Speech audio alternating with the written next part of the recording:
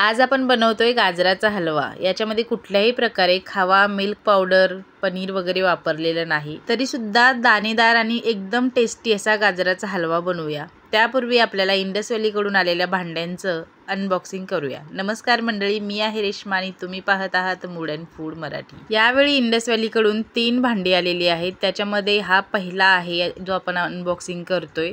तो आहे pressure pan, 3 लिटरचा आहे। चला तर मग त्याला अनबॉक्सिंग करूया। त्याच्यासोबत आपल्याला 5 इयर्स वॉरंटी कार्ड सुद्धा मिळालेला आहे। हा प्रेशर पॅन ट्रायप्लाय स्टेनलेस स्टीलचा आहे। आता ट्रायप्लाय म्हणजे काय, तर आतली आणि बाहेरची बाजू स्टेनलेस स्टीलची असते आणि मधली बाजू कॉपर किंवा ॲल्युमिनियमची असते। त्याला ट्रायप्लाय स्टेनलेस स्टील असं म्हणतात। तर बघू शकता इथं मस्त असं बाहेरच्या बाजूचं झाकण आहे याला। नंतर आपला हा पॅन जो आहे तो सुद्धा मी ओपन करते। आपण ह्याचा कुकर सारखा सुद्धा वापर करू शकतो आणि फ्राय पॅन असतो त्या टाईपनं सुद्धा आपण याचा वापर करू शकतो।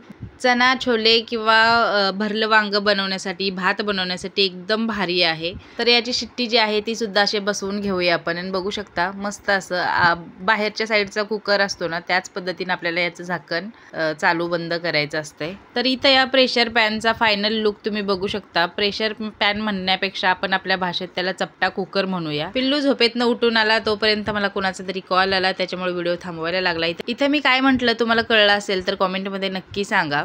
आता इथं दुसरं भांडं आपण अनबॉक्सिंग करतोय, ते म्हणजे डाळ भात लावायचे कुकरचे डब्बे। तुम्हाला माहितीच आहे मागच्या वेळेला मी 5 लिटरचा कुकर मागवला होता। त्याच्यामध्ये म्हटलं हे डब्बे कामाला येतील।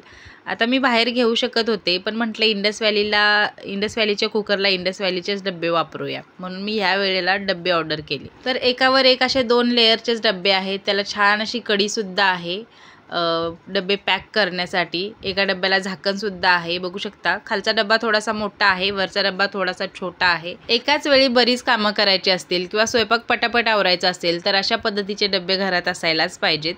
तर बघू शकता मस्त असे 2 लेअरचे डब्बे आहेत आणि त्याला झाकण सुद्धा आहे। मेन म्हणजे ही कढी आहे, त्याच्यामध्ये आपण पॅक करून ठेवू शकतो डाळ भात शिजण्यासाठी। कढी असल्यामुळं कुकरमध्ये ते पडण्याची शक्यता नाही आणि त्याच्यात झाकण आहे, हे महत्त्वाचं। तर असं आपल्याला कुकरचे डब्बे आलेले आहेत। आता तिसरं पार्सल ओपन करूया, ते म्हणजे 3 लिटरचा आतल्या झाकणाचा कुकर आहे, सँडविच बॉटमचा। मागच्या वेळेला सुद्धा सेम 2 कुकर मी मागवले होते इंडस व्हॅली कडूनच। त्यातला एक कुकर मी आईला दिला, तर एक कुकर माझ्या सासरी ठेवला। हा कुकर मला खरंच खूप आवडला होता। आता ते 2 तिकडे गेले म्हटल्यावर माझ्याकडे तसा असा कुकर नव्हता। मग ह्या वेळेला म्हटलं नेक्स्ट टाइम जेव्हा कोलॅबरेशन येईल इंडस व्हॅलीचं तेव्हा आपण आतल्या झाकणाचा 3 लिटरचा कुकर घेऊया। तर बघू शकता मस्त असा थोडासा हंडी टाईप याचा लुक आहे आणि छान कुकर आहे, खूप छान काम करतो। मी आधी यूज केलेला आहे त्याच्यामुळे तुम्हाला सांगते। आणि हे कुकर बघून मला एवढा आनंद झालाय की तो माझ्या तोंडावरती तुम्हाला दिसतच असेल। चला तर मग तुम्हाला जवळून भांडी दाखवते। तुम्हाला तर माहितीच आहे इंडस व्हॅलीची भांडी किती भारी असतात। भारतातला 1 नंबरचा हेल्दी कुकवेअर ब्रँड आहे, तसेच टॉक्सिन फ्री आहे, ट्रायप्लाय स्टेनलेस स्टील आहे, कुठल्याही प्रकारे केमिकल यूज केले जात नाही। हा मान्य आहे थोडे कॉस्टली आहेत, पण मी काही कोणाला फोर्स करत नाही। तुमचं बजेट असेल तर नक्की घ्या, भांड्यांची लाईफ टाईम इन्व्हेस्टमेंट आहे।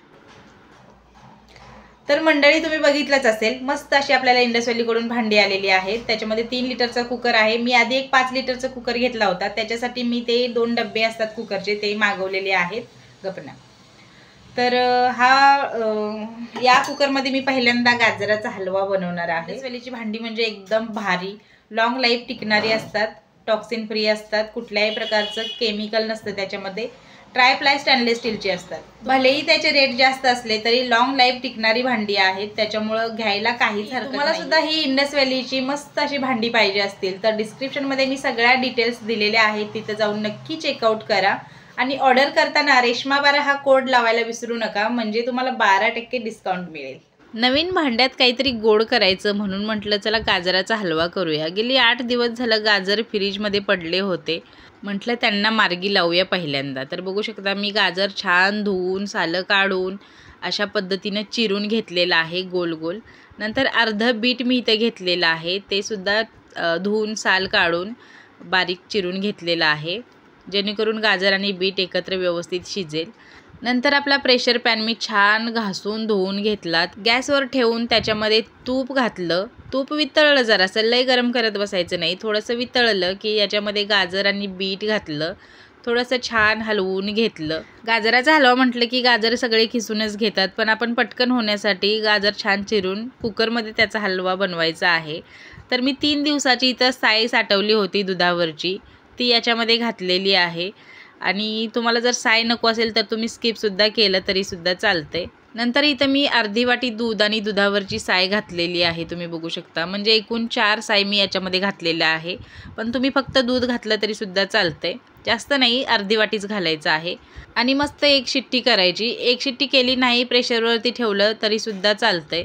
आणि एका शिट्टीत गाजर छान शिजलेलं आहे. मॅशरच्या मदतीनं त्याला चांगलं मॅश करून घ्यायचं. मॅशर नसेल तर सरळ ग्लास घ्यायचा आणि मॅश करून टाकायचं. नंतर याच्यामध्ये मी काजू, बदाम आणि पिस्त्याची पावडर घातलेली आहे. मुलं काढू शकत नाहीत खाताना, म्हणून तुम्ही तुकडे करून टाकलं किंवा असंच पावडर करून टाकलं तरीसुद्धा चालतंय. सगळं छान मिक्स करून घ्यायचं. आता याच्यामध्ये आपल्याला साखर ॲड करायची आहे. साखर तुम्ही तुमच्या गरजेनुसार किंवा आवडीनुसार याच्यामध्ये घालू शकतासा. जास्त गोड आवडत असेल तर जास्त साखर घालू शकतासा. अगदी कमी गोड आवडत असेल तर एकदम नॉर्मल साखर घातली तरीसुद्धा चालतंय.